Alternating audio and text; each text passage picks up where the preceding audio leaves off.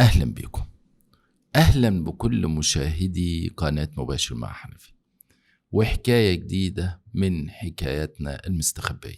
حكايات تحمل بين جوانبها أسرار عميقة، حكايات بتقابلنا كل يوم في كل شارع، داخل كل بيت، خلف كل باب، وعيون تخفي أسرارها، أسرار ستكشف وأخرى ستبقى طي الكتمان. حكايات مستخبية مع حنفي السيد. الطلاق مش مسؤولية طرف لوحده، الطلاق مسؤولية الطرفين. الطلاق مسؤولية بتقع على الطرفين، الزوج والزوجة. ما نقدرش نقول ان الزوج هو اللي خرب البيت لوحده، ولا الزوجة خربت البيت لوحدها، لكن هي مسؤولية مشتركة. للأسف الزوج والزوجة حطوا ايديهم في ايدين بعض لخراب البيت.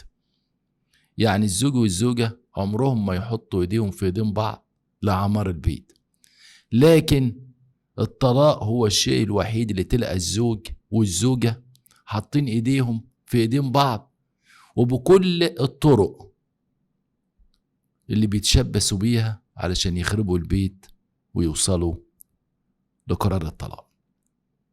حد يقول لي الزوج هو اللي بيطلق؟ لا، الزوج مش هو اللي بيطلق، الزوجة هي اللي بتجبره على الطلاق. ما في زوج بيتمنى ان بيته يتخرب، لكن في زوجة بتسعى بكل قوة علشان تخرب بيتها. الزوجة ممكن لو هي حريصة على بيتها تتحمل. واحد هيقولي طب ما الزوج لما يكون حريص على بيته ما يتحمل. ما اقدرش اطلب من الراجل يتحمل، مش علشان احنا مجتمع ذكوري او احنا دايما بنيجي على الطرف الضعيف. كلمة الطرف الضعيف دي كنا ممكن نقبلها زمان، لكن المرأة دلوقتي في ظل القوانين وفي ظل حقوق المرأة أصبحت الطرف القوي. فحتة ان احنا دايما بنيجي على الغلبانة وبنيجي على مكسورة الجناح وبنيجي على الست لأنها كائن ضعيف، الكلام ده مش مظبوط. الست أصبحت دور فاعل والراجل أصبح دوره مفعول به. فالزوج، ما فيش زوج بيبقى مزاجه يخرب بيته، الزوج بيتحمل مسؤولية فتح البيت ومراعاة أولاده وزوجته. الزوج بكل همه يلقى الراحة في البيت، إذا ما لقاش الراحة في البيت ما حدش يقول له أنت اللي خربت البيت، لكن نقدر نقول للزوجة أنت ما حافظتيش على بيتك وده اللي خلى زوجك يطلقك. احنا ليه بنقول النهاردة كده؟ لأن معانا النهاردة الأستاذ هارون اللي ولاده بيحملوه مسؤولية خراب البيت. عيال مؤدبة وعيال كويسة قوي وشباب زي الفل، لكن أحيانا الوضع بيختلف من حيث المعاملة ومن حيث حتى صلة الرحم والبر بالوالدين. عايزين نسمع الأستاذ هارون ونسمع حكايته ونشوف وجهة نظره، هل هو عنده حق ولا ما عندوش حق، وبعد كده نكتب رأينا في الكومنتات. يلا بينا، يلا. السلام عليكم، أنا اسمي هارون أبو أشرف، عندي 66 سنة، الحمد لله رب العالمين. صحتي بومب ومعاشي كويس جدا، وعندي دخل إضافي بيجيلي، مستورة الحمد لله رب العالمين. أهم حاجة بالنسبة لكبار السن يا جماعة مش الفلوس، لا، كبار السن أهم حاجة صحتهم.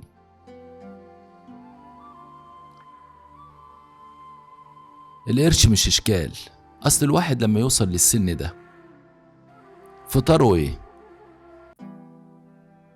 غداه إيه؟ عشاء إيه ده إذا حب يتعشى؟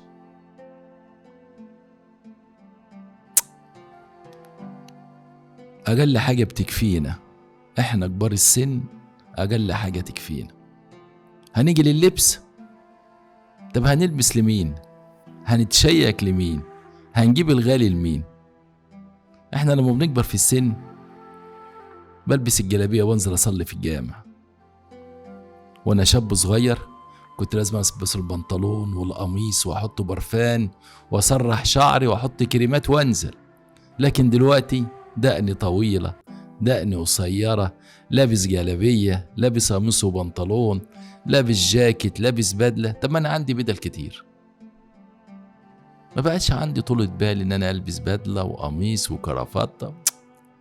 فاحنا كبار السن متطلباتنا في الحياة تكاد تكون، صدق احنا ملناش طلبات في الحياة. ايه اللي ممكن واحد في سن 66 سنة ايه متطلباته في الحياة؟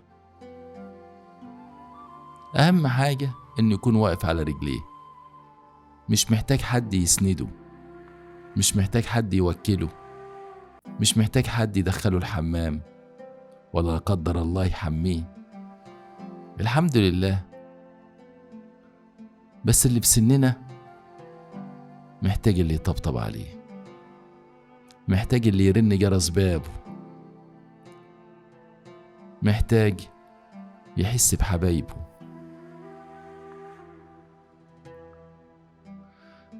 أنا كان عندي 51 سنة،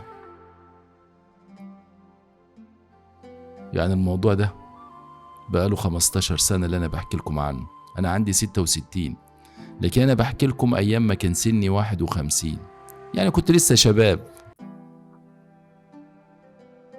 زي غيري. أسأت الاختيار، جوزت واحدة لا أصل ولا عيلة ولا أي حاجة.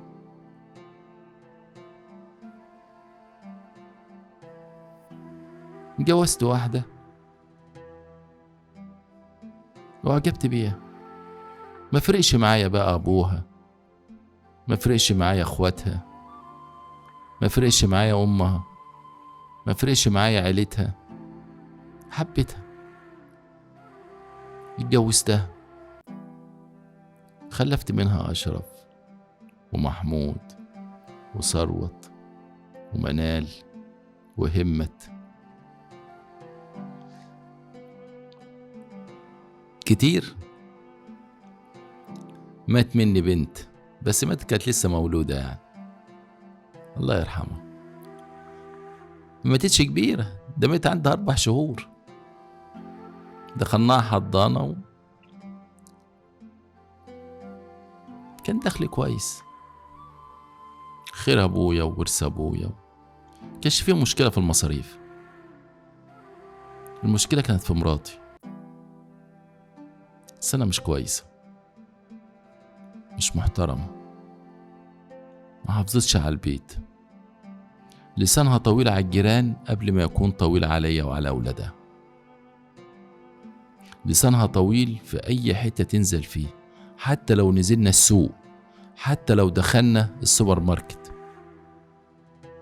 عصبية،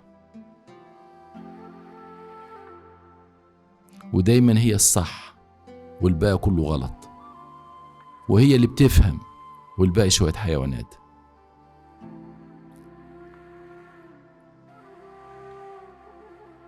ولادي كان هم كل محور حياتي، معايا بنات ومعايا أولاد. استحملتها كتير، ويوم كنت بحذرها ما كانش فيه فايدة. تقول لي طلقني، لو راجل طلقني، كلمة كانت دايما على لسانها، مش انت راجل طلقني. كانت عارفة انها تاخد الشقة وتاخد الأولاد، وعارفة انا قد ايه متعلق بأولادي، فما كانش فارق معاها. عارفة ان انا هصرف عليهم كويس جدا لان روحي فيهم، وعارفة ان انا عمري ما هتخلى عنهم، وعارفة ان العيال مش هيسيبوا حضن امهم. فانا ما فرقتش معاها ولا فرق معاها اللي انا كنت بقول لها هيجي وقت مش هتلاقيني، هطلقك. تقول ده يوم ده انا هزغرط، استفزتني كتير. ولادي كانوا كبار، ولادي في الوقت ده كانوا كبار، كان أشرف في الثانوية العامة. استحملت لغاية ما نجح وجاب مجموع ودخل سياحة وفنادق. هو معايا أنا من صغره مؤسسه في الإنجليزي، دورات بيتكلم إنجليزي كويس، فما كنتش عايل هم يعني أي كلية كان يدخلها مش هتفرق معايا، لأن اللغة ما دام واحد معاه لغة، حتى لو معاه دبلوم أو حتى ما خدش شهادة، معاك لغة سوق العمل هيبقى مفتوح لك. فما فرقش معايا إن هو جاب 72%. لقيت نفسي مش قادر، بشعة في كل شيء، بشعة، لسانها طويل، نظرات عينيها فيها غل وكره، ما بتضحكش للرغيف السخن على رأي أمي لما كانت تقول انت معاك واحدة ما بتضحكش للرغيف السخن.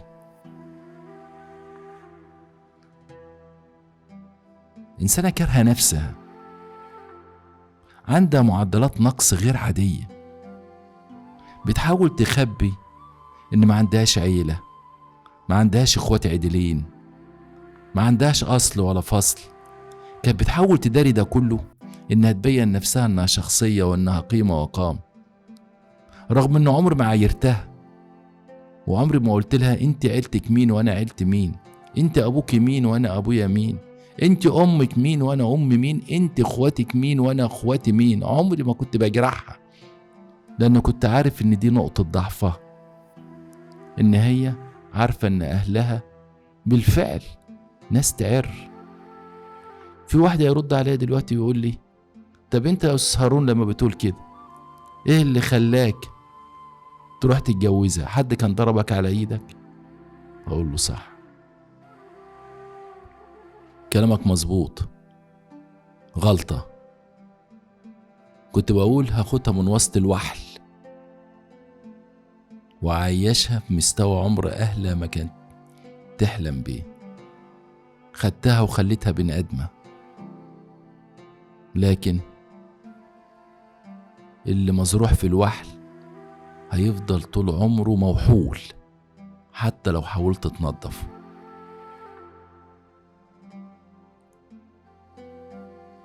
صبرت كتير وفي الآخر ما لقيتش فايدة، طلقتها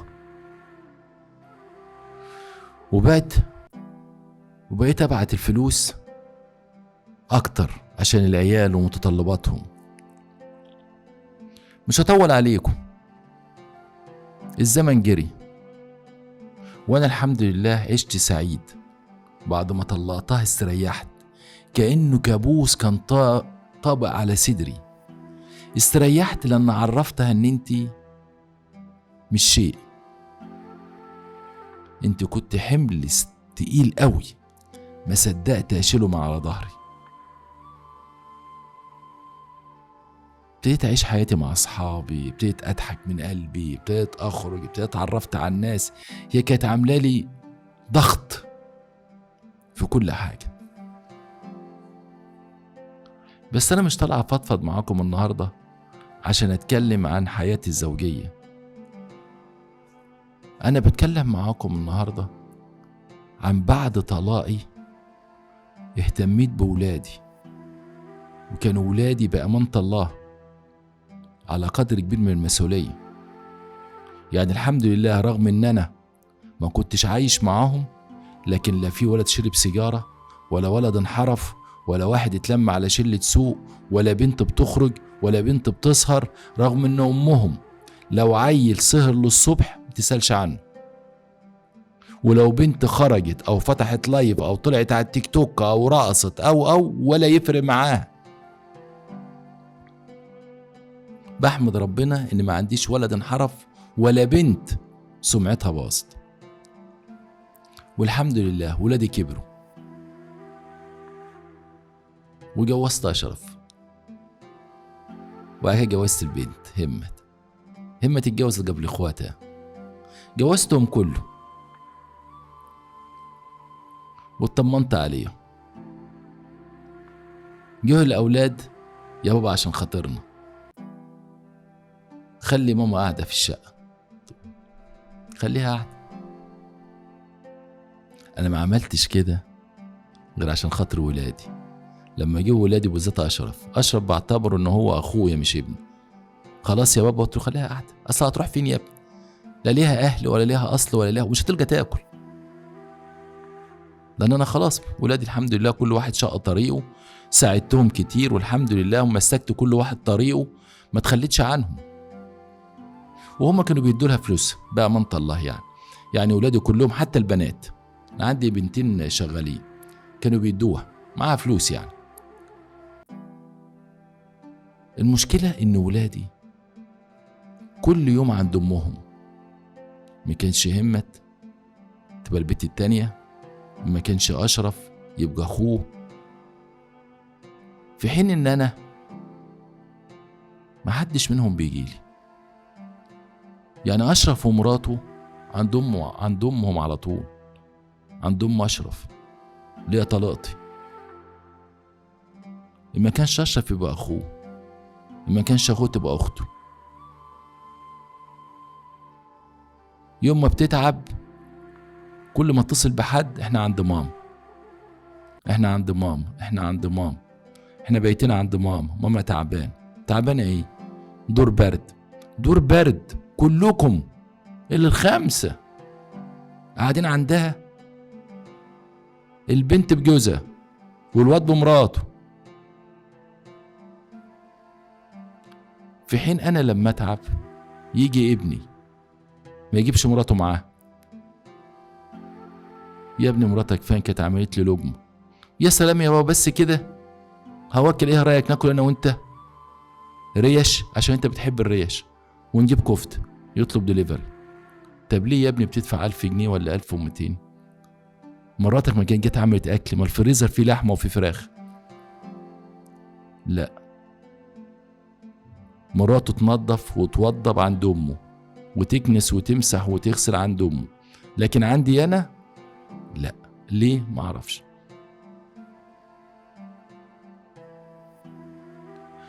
بنت تيجي واذا كنت متفقه مع جوزها تيجي تقعد نص ساعه تروق، والقى التليفون يرن: يا بابا احمد بيرن عليا، العيال متعبينه. طب ما انت بتجيبي عيالك، ما جبتيش عيالك ليه؟ مسكوا في ابوهم يتفسحوا. طب اشمعنى عند امك بتاخدي العيال؟ اشمعنى عند امك جوزك بتبقى في ديلك؟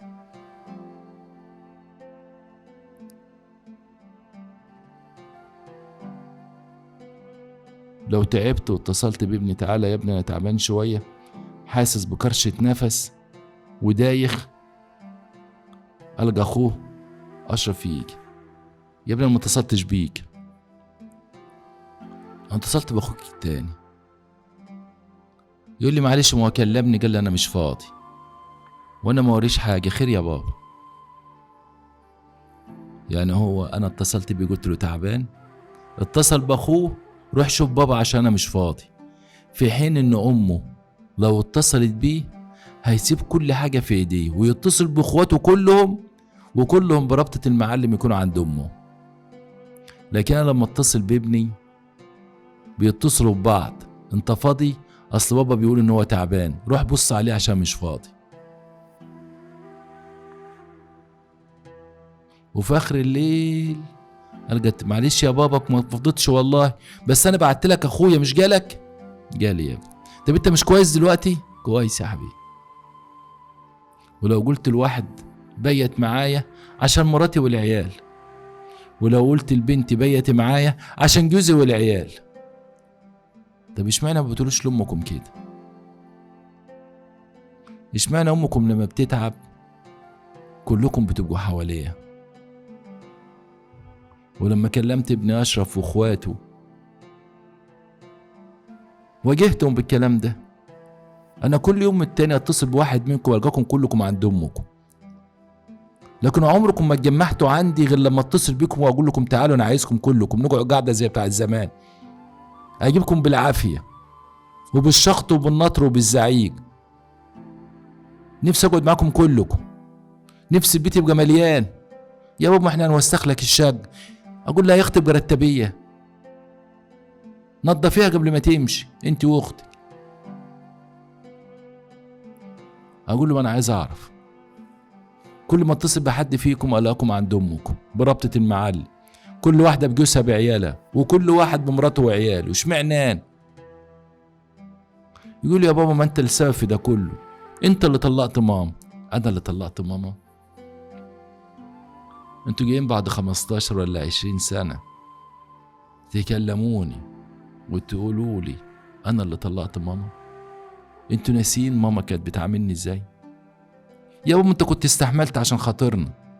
طب وهي ما استحملتش ليه عشان خاطركم وعاملتني بما يرضي الله؟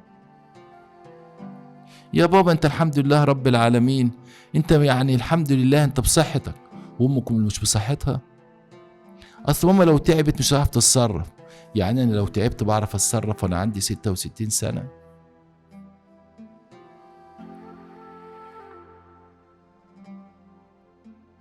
احيانا بهددهم والله العظيم لو ما رعتوش ربنا فيا وبرتوني بر الوالدين زي ما بتبر امكم، لا ارمي امكم في الشارع. هم عارفيني وانا قادر ارميها في الشارع، كل عيل يخاف. اصل انا لو جيت رميتها في الشارع وخدت الشقة او بعت الشقة، اشرف اللي هياخدها ولا اخواته ولا البنتين؟ يعني تخيلوا، انا بخلي ولادي يبروني ويجولي علشان عارفين انا ارمي امهم في الشارع، ولو رميتها هيضطروا هم يتكفلوا بيها. طب ياخدوها تقعد عندهم، مرات اشرف هتتحملها؟ طب مرات التاني هتتحملها؟ طب مرات التالتة هتتحملها؟ طب جوز بنتي دي هتتحملها؟ طب جوز بنت التانية، جوز بنت، محدش هيتحملها. كل واحد عايز يعيش براحته. هبعت لهم واحدة صليطة اللسان قليلة الأدب تعيش في وسطهم؟ هم عارفين ان امهم محدش يتحملها. فبشتري حب عيالي وبرهم بيا ان انا مخوفه. اول ما اقول له كلكم عند امكم، طيب انا هريحكم منها خالص بقى، حد منكم ياخدها عنده. يا بابا خلاص، يا انت عايز ايه بس يا بابا؟ تعالوا طلوا علي، تعالى بقت مراتك تطبخ يا اخوي، تعالى تغسل وتنشر، حد يجي ينظف لي ويكنس لي. حاضر يا بابا، حاضر يا بابا. يتصلوا ببعض، يجوا كلهم بقى، يبقى عاملين ابقى قاعد اعمل كده. يا ولاد الكلب، يا لما هددتكم ان انا ارمي امكم في الشارع لما جيتوا لي. انا مش عاجبني الكلام ده طبعا، مش عاجبني ان انا بجيبهم بلوي دراع، ان انا بشتري زيارتهم ليا بخوفهم، ان انا اقول لاش خد امك انت يا بنت، خد امك، خلاص انا هبيع الشقه، انا هاجرها. خايفين فيقولوا جري. بس انا مش عاجبني الكلام ده، انا عايزهم يقولي حب. العيال عارفين ان انا حنين اكتر من امه، وعارفين ان انا بحبهم جدا، وعارفين ان انا عمري ما بخلت عليهم. بس الحاجه الغريبه ان هم ميالين جدا لامه. يعني انا فاكر رغم اني كنت ببعت للعيال فلوس كتير، طبعا ماليش ان انا اصرف على امه، ما انا مالي، بس كنت عارف ان انا اللي بياخدوه مني بيدوا لامه. بس كنت هعمل ايه طيب؟ ما اقدرش اقصر عن بنت في المصروف، وما اقدرش اقصر عن ولد في المصروف، بخاف. وجاي ابني يقول لي يا بابا ما انت اللي طلعتها وانت كنت السبب في خراب البيت يا بابا، ما انت يا بابا. لا يا حبيبي، مش انا، ده امك. اي ست المفروض تحافظ على بيتها. الراجل يوم ما يطلق هيقدر يلقى بيت تاني، لكن الست لما تطلق من جوزها بتبقى كائن تقيل على اي حد تروح له، حتى لو رجعت لابوها وامها. ولو ابوها وامها ماتوا هتروح لاخوها، هتروح تقعد عند اختها، بتبقى تقيلة. وحتى لو عاشت لوحديها بتبقى تقيلة. فالست هي اللي تبقى اكثر حرصا على عمار بيتها، وتحافظ على راجلها وعلى مملكتها زي ما بنقول في اللغة العربية. لكن الست اللي ما تحافظش على ده كله وتدوس على ده كله تتحمل. لكن لما ربنا بقى يرزقها بعيال مؤدبين، طالعين ليا ولادي حنينين جدا. واي عيل بيبقى اكثر ميلا لامه، ده شيء طبيعي. حتى لما بنكبر، احنا لما بنكبر بنبقى ميالين للام اكتر من الاب. فانا مش بحتب على اولادي غير في ان هم لما بتعب كلهم مش فوق دماغي. بلقى صحيح بنتي او الاقي ابني، بس هي لما بتتعب بتلقى كل ولادها جيش في البيت. انا تيجي البنت ساعة تشوف طلباتي لو اكل او شرب وتجري على بيت جوزها. يجي الواد ومراته برضو تشوف لو في حاجة في البيت وتبيتوا يا اولاد، ما عندكم الأوضة فاضية اهي، بدل الأوضة اوضتين. لا يا بابا معلش عشان العيال، ما العيال يبيتوا في الأوضة التالتة يا ابني انت وهو. لا اصل العيال ما بتستريحش غير في بيتهم. انت مش مانع عند امكم.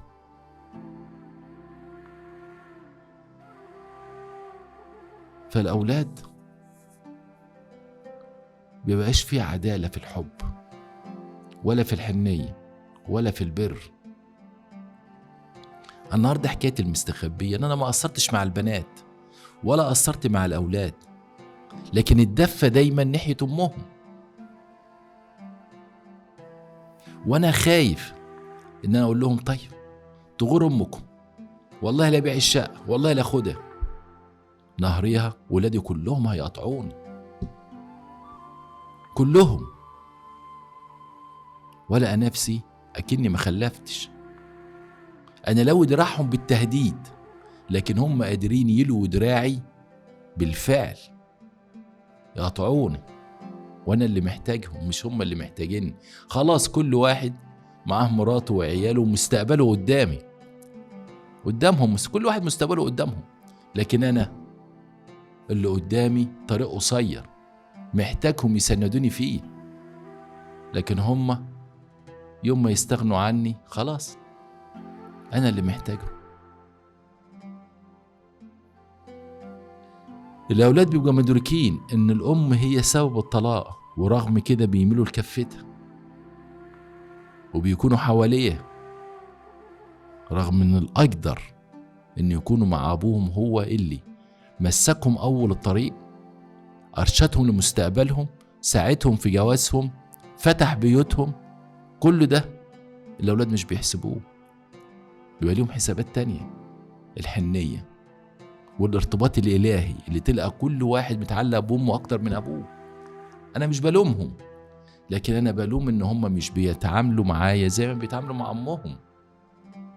انا 66 سنة، بنتي بتيجي زي اكون متفق مع جوزها، اول ما تيجي التليفون بيرن، معلش يا بابا احمد بيرن عليا. الواد يجي نص ساعة، معلش يابا العيال مغلبين امه. طب الكلام ده مش مع عند امكم ليه؟ ده انتوا على طول هناك بالنص يوم وباليوم وبيبيتوا معاه. لما اواجه واحد منهم بالكلام ده، يا بابا معلش يا بابا ما جراش حاجه يا بابا، ماما برضه هي لوحديها. طب ما انا لوحدي، طب ما اتجوزتش ليه يا بابا؟ يا ابني هو اللي يتجوز امك يفكر يتجوز تاني. يا ابني الواحد عشان يتجوز امك لازم يجيب مية نار ويكب على ذكرياته عشان يبدأ من جديد. صعب يا ابني. انا فكرت بس ان انا اطلع في حكايات مستخبية عشان ولادنا يسمعوا ويعرفوا زي ما بيعاملوا امهم لازم يعاملوا ابوهم، ولو في عدل يعاملوا ابوهم احسن 100 مرة ما بيعاملوا امهم. يا ريت ولادنا يفهموا ويستوعبوا اللي انا بقوله. انا هتدردش بس واحكي حكايتي معاكم. السلام عليكم. دي حكاية الاستاذ هارون. انتوا شايفين الميل العاطفي والانسان ناحية الام بيبقى غصبا عنهم، ولا الاولاد فعلا لازم يكونوا عارفين ابوهم قد ايه كان ليه دور في حياتهم اكتر من امهم 100 مرة، والمفروض ان هم على الاقل يعاملوا ابوهم زي ما بيعاملوا امهم؟ ولا انتوا شايفين ان الاب هو اللي غلطان اكتبوا رايكم في الكومنتات يا جماعه. ودي حكايه النهارده. بكره من نفس المكان وفي نفس الساعه والاوان هيكون معانا حكايه، وبرضه حكايه مستخبيه. اشكركم.